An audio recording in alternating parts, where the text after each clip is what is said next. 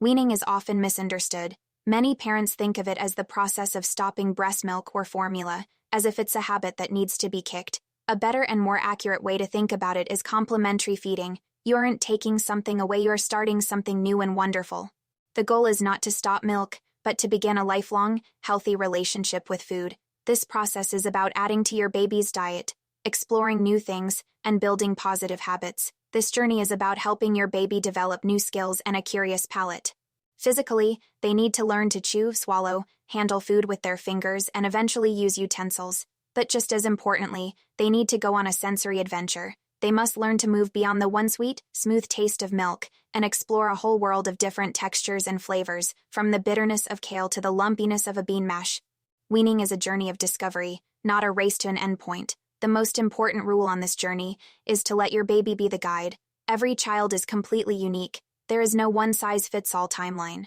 Some babies may be ready for solids at 6 months and naturally stop drinking milk around their first birthday. Many others will continue to nurse until age 2 or even longer, which is perfectly healthy and recommended by the World Health Organization. Do not compare your baby's progress to any other child's. Instead of comparing, practice responsive feeding. This is the simple, powerful act of watching your baby for their signals and responding to them. Don't try to force them to eat a certain amount or try a food they are clearly rejecting. Your job is to be a supportive guide, not a strict boss. They will show you what they need and what they are ready for. So how do you know when they are truly ready? The calendar date is not the most important signal. While many babies are ready around 6 months old, you must look for 3 specific developmental signs. First, can your baby sit up on their own and hold their head and neck steady? This is essential for eating safely. Second, do they have the hand-eye coordination to see a piece of food, pick it up and bring it to their mouth? Third, have they lost their tongue thrust reflex?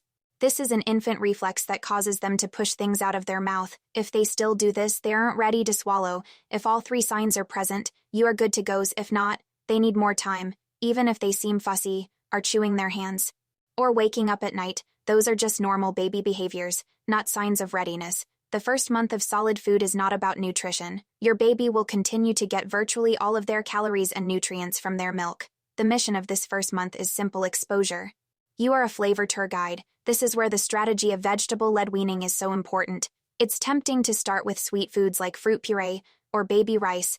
Babies will always accept these because they already love the sweet taste of milk. But starting sweet can encourage a sweet tooth and make them more likely to reject healthy vegetables later. To prevent fussy eating, start with vegetables first, especially the more bitter ones like broccoli, spinach, kale, and green beans. This early stage is when a baby's palate is most open to new things. Exposing them to these flavors now makes it much more likely they will enjoy vegetables for the rest of their life. You can start very simply by offering a single vegetable puree each day. Just boil or steam the veggie until it's very soft. Then blend it with a little of their usual milk or water. When it comes to the how, you have options. You can use traditional spoon feeding, giving your baby the puree yourself. This is great for ensuring they taste the new flavors and get used to cutlery. You can also try baby-led weaning, where you provide soft, safely cut, graspable pieces of food like a steamed broccoli floret or a soft carrot stick and let the baby feed themselves. This is fantastic for building independence and motor skills. Many parents find success with a hybrid approach, offering a puree on a spoon, while also putting a few soft finger foods on the tray to explore. After the first 2 weeks of single flavors, you can start to get more creative. Begin combining flavors, like a puree of zucchini, pea, and mint. You also want to start progressing the textures. Your baby needs to learn how to handle more than just a thin liquid. Move from a watery puree to a thicker puree, then graduate to a mash by using a fork instead of a blender. This introduces a bit of lumpiness. You can mash up avocado and lima beans, or even a bit of soft-cooked white fish with sweet potato. As for how much to feed, the answer, once again, is responsive feeding. There is no magic portion size.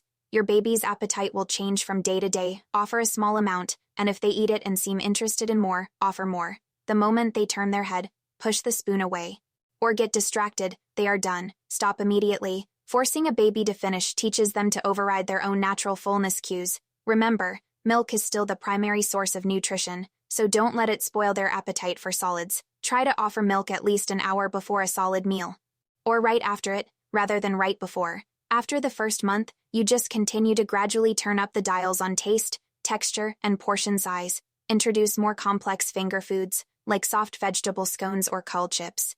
Start offering mashed up versions of family meals, like a mild chickpea and cauliflower curry. Just make sure to squash the chickpeas and use very little spice. Over time, you will move from mashing their food to mincing it, and then to simply chopping it into small, manageable pieces. As your baby eats more solids, it becomes important to ensure their diet is balanced across the 4 main food groups: 1 fruits and vegetables, 2 carbohydrates like potatoes, pasta, and rice, 3 proteins like beans, eggs, fish, and meat, and 4 full-fat cow's milk. You can add cow's milk to their food like in a mash from 6 months, but it should not become their main drink until they are 12 months old. At that point, you can switch from formula to full-fat cow's milk, or just offer it in a cup alongside breastfeeding. Finally, be patient. Your baby will reject new foods. It is a normal and expected part of the process. Don't be discouraged if they spit out the broccoli. It can take 10, 15, or even 20 exposures for a baby to accept a new flavor. Don't make a big deal out of it. Just stay calm, positive, and try again another day.